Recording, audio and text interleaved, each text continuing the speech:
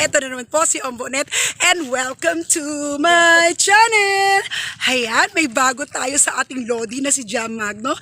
Tara na't samahan niyo ko, panoorin natin! I'm sharing this because it was just really heartwarming to find out. So I was dancing this morning and got really tired. I took a long nap. I woke up and I checked that somebody sent me a link for the donations that was sent from the people of BARMM, the Bangsamoro government. They sent us 10 truckloads of food and non-food items to be given to the typhoon victims of Auring. This came from Ready, MSSD, and their MOH. And it's just really touching to see that our Muslim brothers and sisters stood with us at this very difficult time.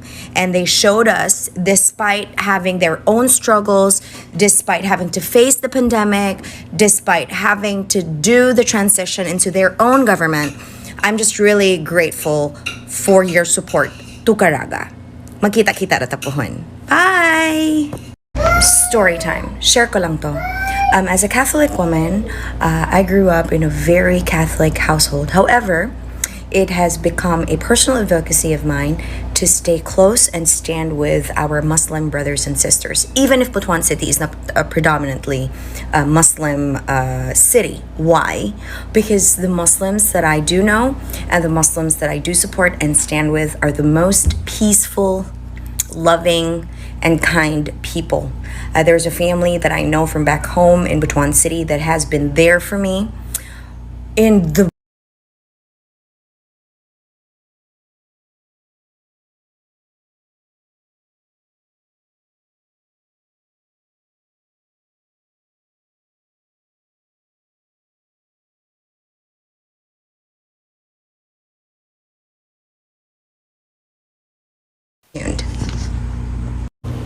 Kasi ngayon na yung Philippine Army hindi na lang nag-iisa sa pagtugis sa mga minions mo, Teddy Casino.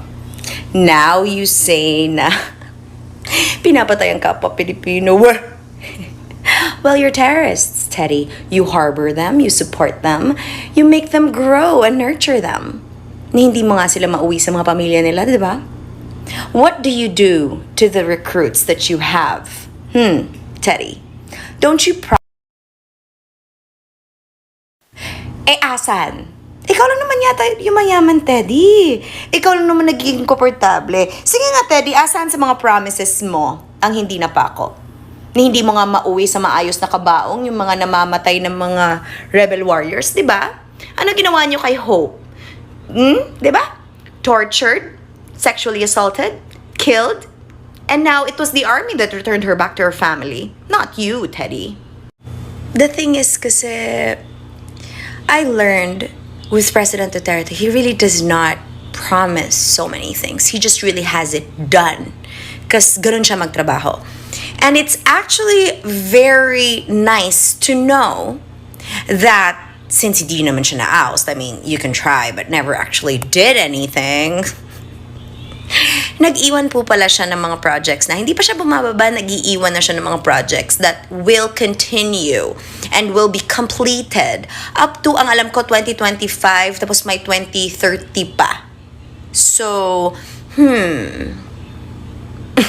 I mean, you are correct that a woman will be president, and it may be his daughter. So I think as a father, iiwan niya ng maayos na gobyerno ang anak niya. Isn't that what a father should do? Oh, you wouldn't know that, Teddy. For the last few months, I have been very curious about you, Madam Senator, given that you come out in surveys as either the next president or vice president of this country. But I cannot seem to find anything relatable to you except that I'm beginning to dislike you because you are currently being against the system upgrade of two agencies that I am learning about, the LTO and the DOTR.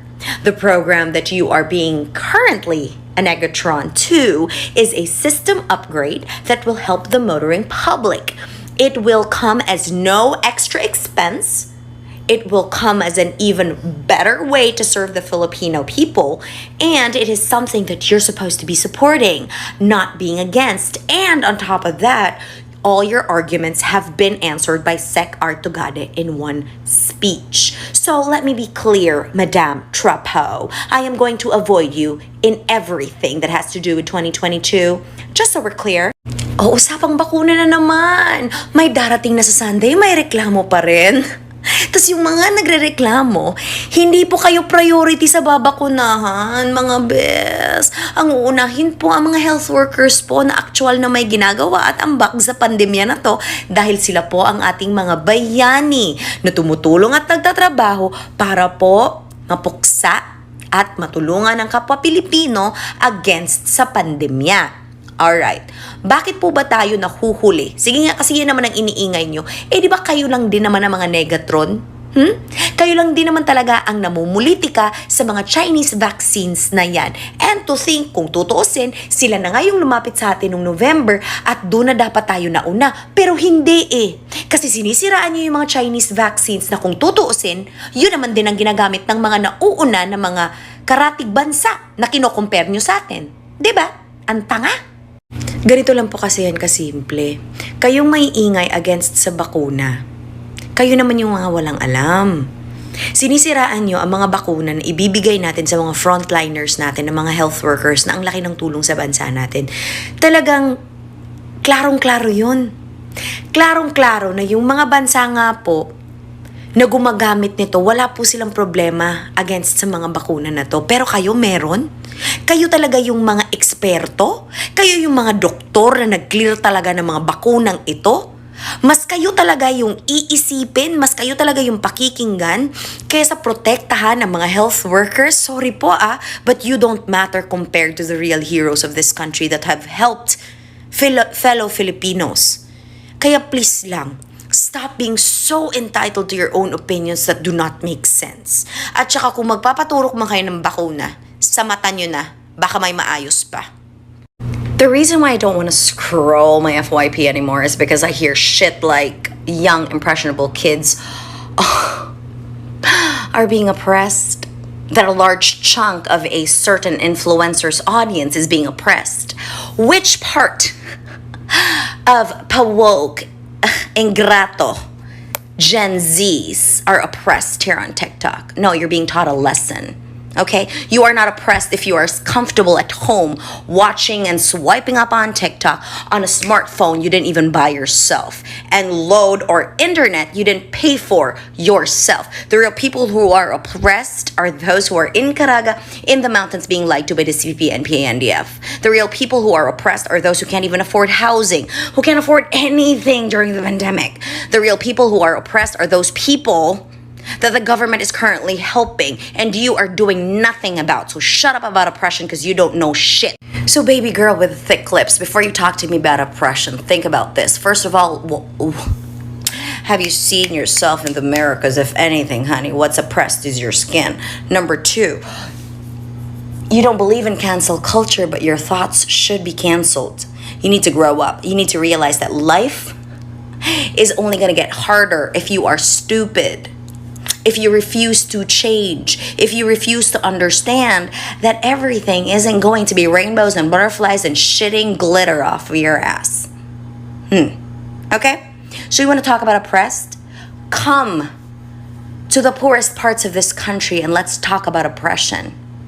And realize that wokes like you don't have programs over there helping them. I've been to the oppressed areas. I've seen who's helping them. And it's not the likes of girls like you. Capiche? Kasabot? And one other thing. So it's oppressive for the government to not declare December 24, December 31, and November 2 as no longer non-working holidays. What is it to you? What is it to you? Because for people like me, a single mother running a business and working every day of the year, twice in some days, it doesn't really matter to me whether a day is a holiday or not. Because what matters more to me is that I have money to feed my family. For somebody like you complaining about having to work on a certain day when it used to be a holiday, well, what do you know about that? Sana all hindi naghihirap. So yan, pinaglalaban mo na yan? You think that I will hate on the government? Well, it doesn't matter to me. Because again, ang totoo pong oppressed at naghihirap ay kailangan magtrabaho. Araw-araw. Wala pong holiday sa mga katulad po namin. So ikaw, anong pinaglalaban mo? Para lang na may masabi ka against kay Duterte? Shut up. Maraming salamat po sa mga nanood at sa mga hindi pa po nakasubscribe sa ating munting channel na si Omboh Nhette. Beke naman, subscribe na dyan and hit nyo na rin ang notification bell para updated tayo sa next pa nating video. Sarang